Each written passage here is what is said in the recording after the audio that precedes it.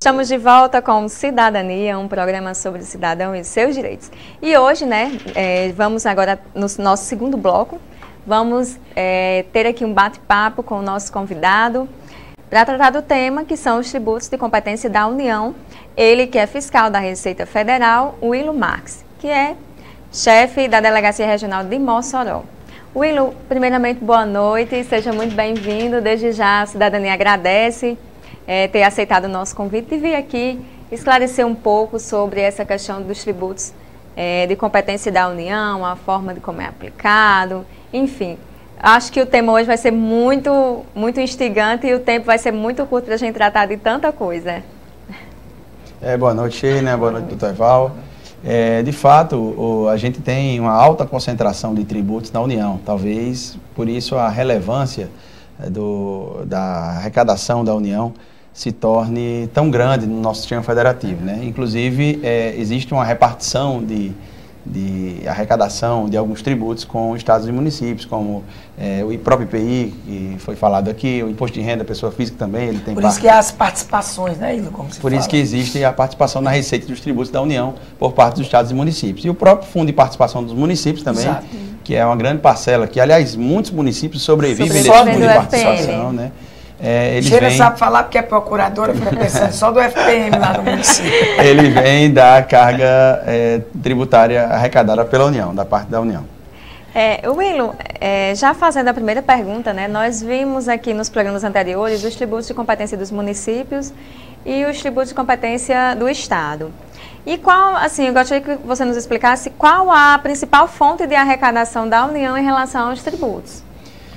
Na verdade, nós temos, vocês citaram alguns tributos de competência da União, mas na verdade, se a gente for numerar aí, nós temos mais de 60 tributos de competência da União. Ixi, porque eu falei só dos impostos. Nós temos que estão tipificados na Constituição. No 153 da Constituição. Mas entre eles existem as taxas, que são muitas, né? Muitas. Então tem as taxas, taxa aeroportuária, taxa de navegação. Que eu falei, se que são tributos, específicos, são tributos, né? né? E as contribuições. As contribuições do Sistema S, para terceiros, contribuição social sobre lucro líquido, contribuição patronal, contribuição do empregado. Brincadeira da parte que eu gosto, você só sabe dizer o número, né?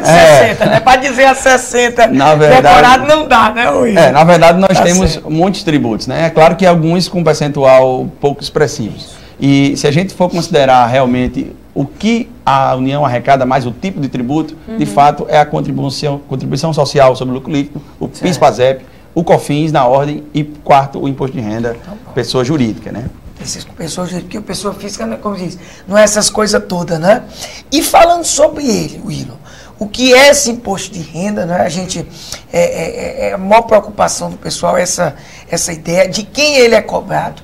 Você já disse aí que ele é o quarto dentro dessa sequência, mas é pessoa jurídica, a pessoa física já não é de tão grande incisividade. Como é que ele é pago e repassado ao governo esses recursos? Veja só, o imposto de renda da pessoa jurídica ou das empresas, ele é cobrado basicamente sobre o lucro das empresas, né? Talvez seja o mais justo de todos. Diferente do PIS e da COFINS, que são cobrados sobre faturamento, independentemente da empresa ter lucro, né? O imposto de renda da pessoa jurídica, ele é cobrado sobre o lucro das empresas, assim como a contribuição social sobre o lucro líquido. Vamos dizer assim, líquido, né? Sobre o lucro líquido. Se apura um lucro fiscal, se pega as receitas da empresa, basicamente, se retira as receitas e os custos, e aí vai sobrar algum valor, que chama-se de lucro fiscal, e sobre esse lucro fiscal nós aplicamos uma alíquota aqui bastante variada, dependendo do tipo de serviço daquela empresa, do tipo de produto que ela comercializa, e aí nós temos o imposto de renda da pessoa jurídica. Esse é o pessoa jurídica. Agora, o tributo que mais se fala, né, que tem mais capilaridade, que as pessoas mais comentam... Principalmente com esse prazo que acabou agora, né? Principalmente agora, no final de abril, é o imposto de renda da pessoa física, né? Inegavelmente, ele dá muita visibilidade à arrecadação.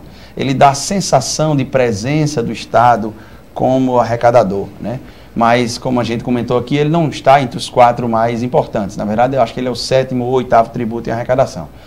Até porque existe, como foi falado também, a questão da restituição, né?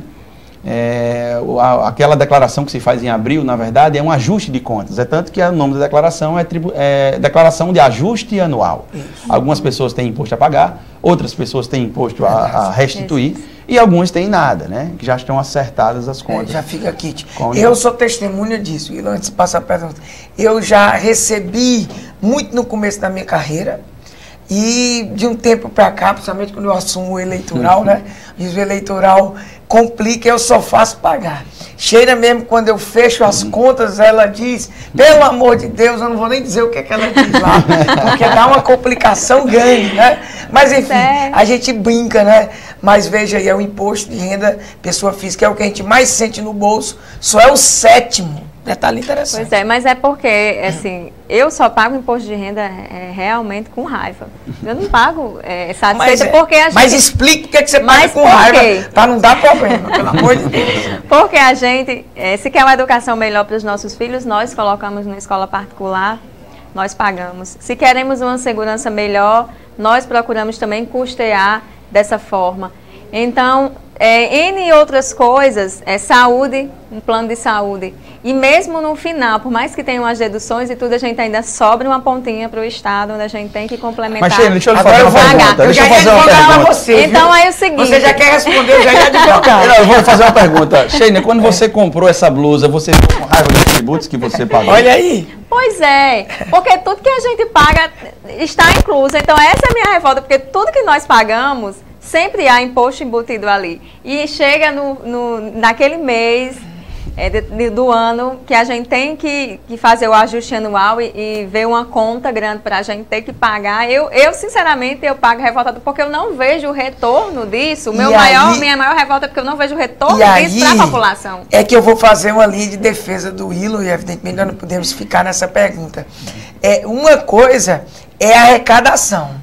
Não é que é até interessante, não estou defendendo, mas outra coisa é a forma como é que ele é aplicado. Que aí o setor de arrecadação fica todo livre. Ou eu estou errado com isso, ou a Receita Federal tem alguma coisa a ver com a aplicação. É bom que a gente esclareça ao amigo de casa. O gancho, né? Na esteira do que se tem falado aqui, é basicamente o seguinte. A gente tem uma alta concentração de tributos hoje sobre as coisas, né? Então, quando você vai comprar um carro, você paga 20 mil reais sobre o carro, 6 ou 7 mil reais daquele carro você está pagando para o governo. E você não lembra disso nessa hora. Mas como Sheila falou, quando você faz a declaração de renda, aí você sente o tributo, né? Verdade. Essa é o X da questão. E nos países desenvolvidos, a carga tributária ela é invertida.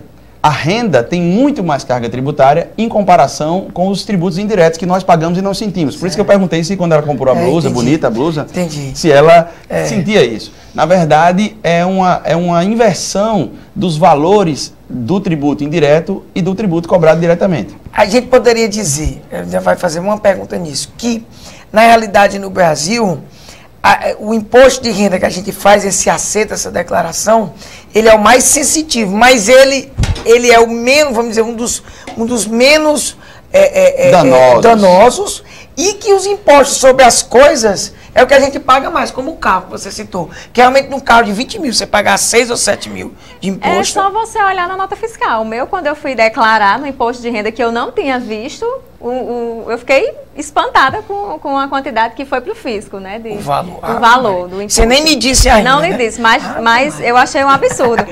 E sem falar assim, o consumidor ele geralmente não nota que se paga no produto, porque alguns vêm descrevendo na nota fiscal o quanto você pagou pelo imposto. Então, a gente às vezes nem atina em olhar. E como o imposto de renda, a gente tem que declarar tudo e vem aí a fatura, a gente sente mais no bolso e o valor é maior. Então, por isso que se sente mais. E aproveitando já essa questão de imposto de renda, eu gostaria, William, que você nos falasse porque algumas pessoas têm que apresentar a declaração anual de ajuste do imposto de renda. O que é essa declaração e como o sistema da Receita Federal ele tem trabalhado para melhorar a vida dos contribuintes?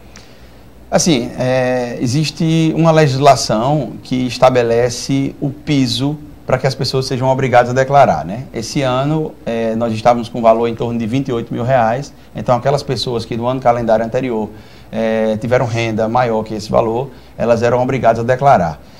ser obrigado a declarar não quer dizer que a pessoa é obrigada a pagar imposto na sua declaração, como eu disse, que na verdade é a declaração de ajuste. Tem pessoas, inclusive, que todos os anos recebem restituição, né? A regra é que as pessoas recebam restituição. Eu diria que dos 100% de declaração, acho que a faixa de 39% o ano passado receberam restituição, 30 e poucos % das pessoas deram 0 e o resto, os outros 30 e poucos %, pagaram alguma coisa. Então a regra é a restituição. Então todo ano o governo edita decretos que corrigem a tabela de imposto de renda. Inclusive, a presidenta agora acabou de fazer uma correção de 5% para o ano que vem, que é muito pequena, considerando a inflação do ano passado, que foi a 9%. Né?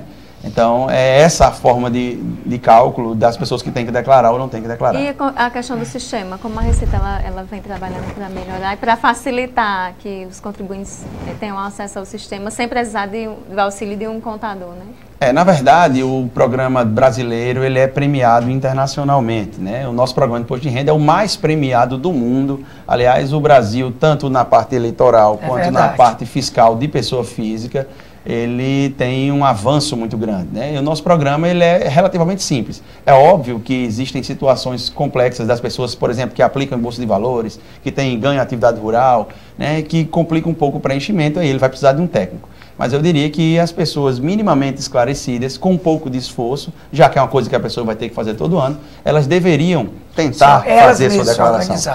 Porque é uma coisa que é todo ano, né? Então você vai ter que fazer, é bom que você aprenda a fazer, para depois não colocar o que a gente vê sempre lá na Receita Federal, a culpa no contador. Verdade. E eu não sei se dá para a gente fazer mais uma, ou então deixar só no ar a pergunta, o que é a famosa malha fina, como e por que um contribuinte cai em malha, né, nessa malha fina, quais os principais motivos e o que ele pode fazer, evidentemente, para regularizar essa situação. Essa pergunta, que é realmente uma pergunta que todo mundo quer saber, já o programa Cidadania, um programa sobre o cidadão e seus direitos, volta já.